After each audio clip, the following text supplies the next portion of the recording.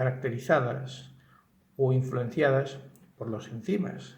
Una enzima, un símil podría venir a ser pues, como una llave, ¿no? Las reacciones químicas no se producen sin la actuación de los enzimas que actúan a modo de llaves y sin ciertos catalizadores que aceleran esas reacciones. Pues bien, no se pueden producir las reacciones vitales que ocurren en todo el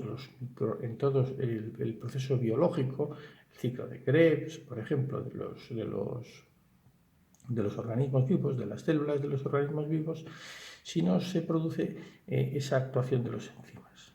Por lo tanto, son una pieza clave los enzimas en todos estos procesos. Si yo consigo inhibir la actuación de esos enzimas mediante la aplicación de agentes desinfectantes, estoy desbaratando todo el proceso biológico de las células que conlleva, por lo tanto, a la destrucción de los microorganismos.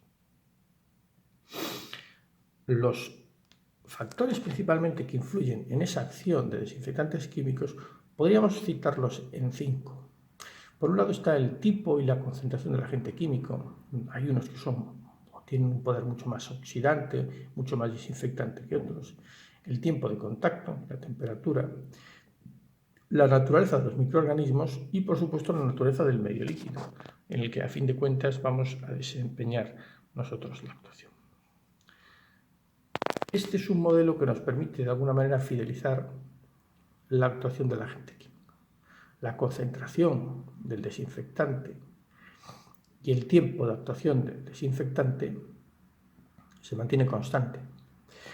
¿Esto qué nos está diciendo de alguna manera? Que a mayor concentración de desinfectante, menor tiempo de contacto con los microorganismos que yo quiero destruir. Y por contra puedo reducir la concentración del desinfectante incrementando el tiempo de contacto para que estos microorganismos sean destruidos por la acción o actuación de este agente desinfectante.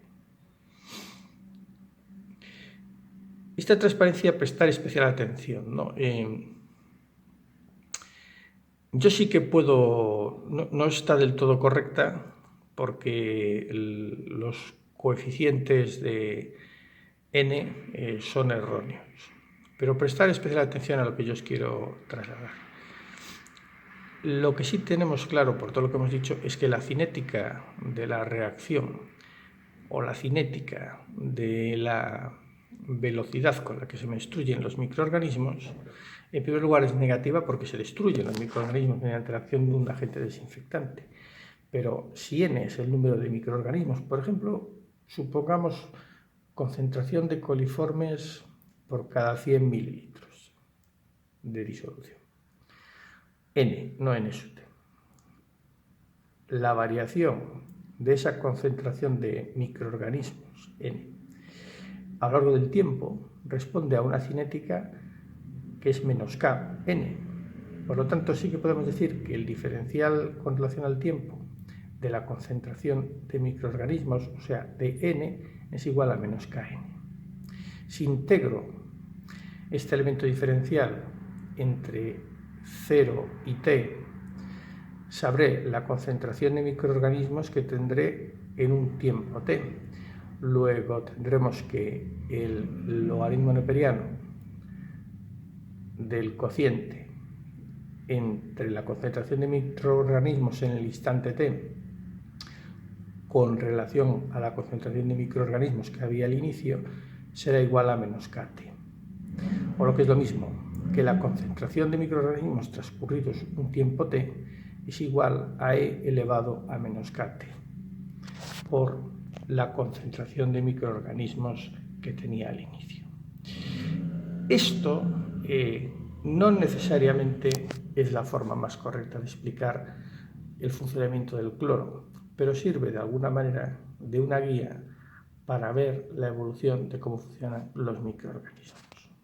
Lo correcto, porque el método de Metcalfe y Eddy no se ajustaba perfectamente a esta definición, luego lo realmente correcto, como veremos más adelante o prácticamente al final en el estudio del cloro, sería decir que la concentración de microorganismos transcurrido un tiempo T desde que se empieza a aplicar un desinfectante se puede expresar como que es igual a la concentración de microorganismos que había al inicio por, y abrimos paréntesis, 1 más un coeficiente por el tiempo de actuación elevado a un exponente donde el exponente es negativo y m es una constante, que es otro coeficiente.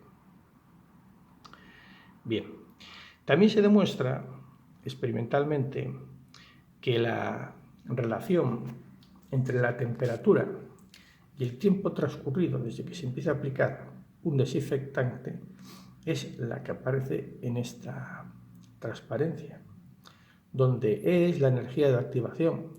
Dicho de otra manera, es en función del desinfectante que apliquemos, hay una mínima energía necesaria a partir de la cual se empieza a iniciar este proceso de destrucción de microorganismos.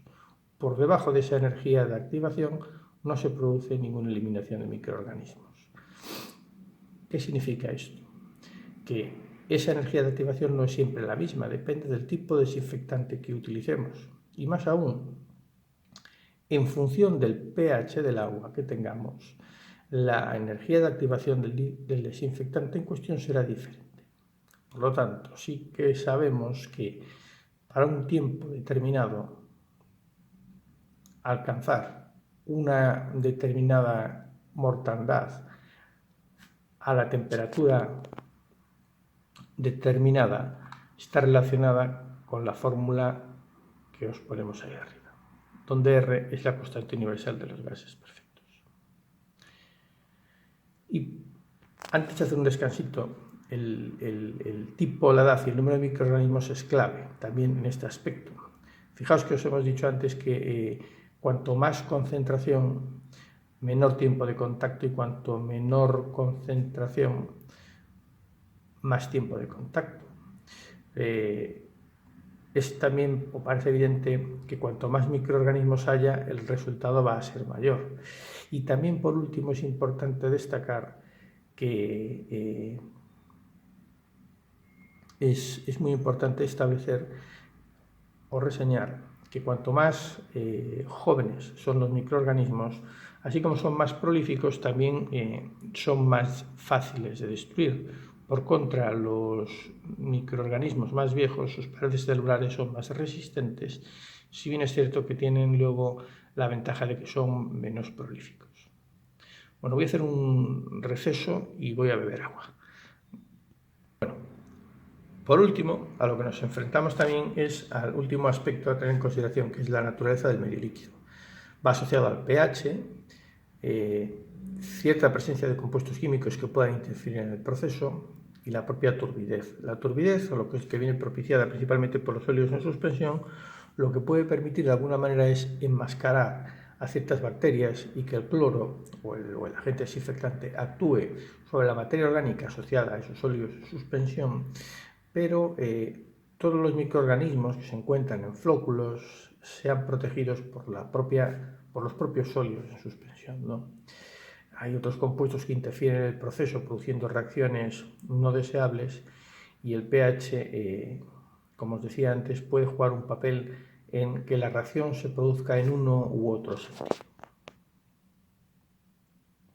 Esto se ve muy bien en las reacciones de precipitación, que en función del sentido en el que vaya la reacción, pues se conseguirá una precipitación, o todo lo contrario, se considera una solubilización, ¿no? Vamos a estudiar la desinfección con cloro, que quizás sea el agente oxidante y desinfectante más utilizado, con lo cual tiene esa doble función: por un lado oxidar la materia orgánica y por otro lado destruir la cantidad de microorganismos. Si nos fijamos bien, el cloro principalmente se suele utilizar en forma de cloro gaseoso, en forma de cloro gas, la molécula de cloro formada por 2 átomos de cloro. Pero hay otras formas, como es el hipoclorito sódico o el cálcico, ahí veis la fórmula, o también el dióxido de cloro. También, y lo vamos a ver cuando estudiemos la curva del Bergpoint, las formas combinadas del cloro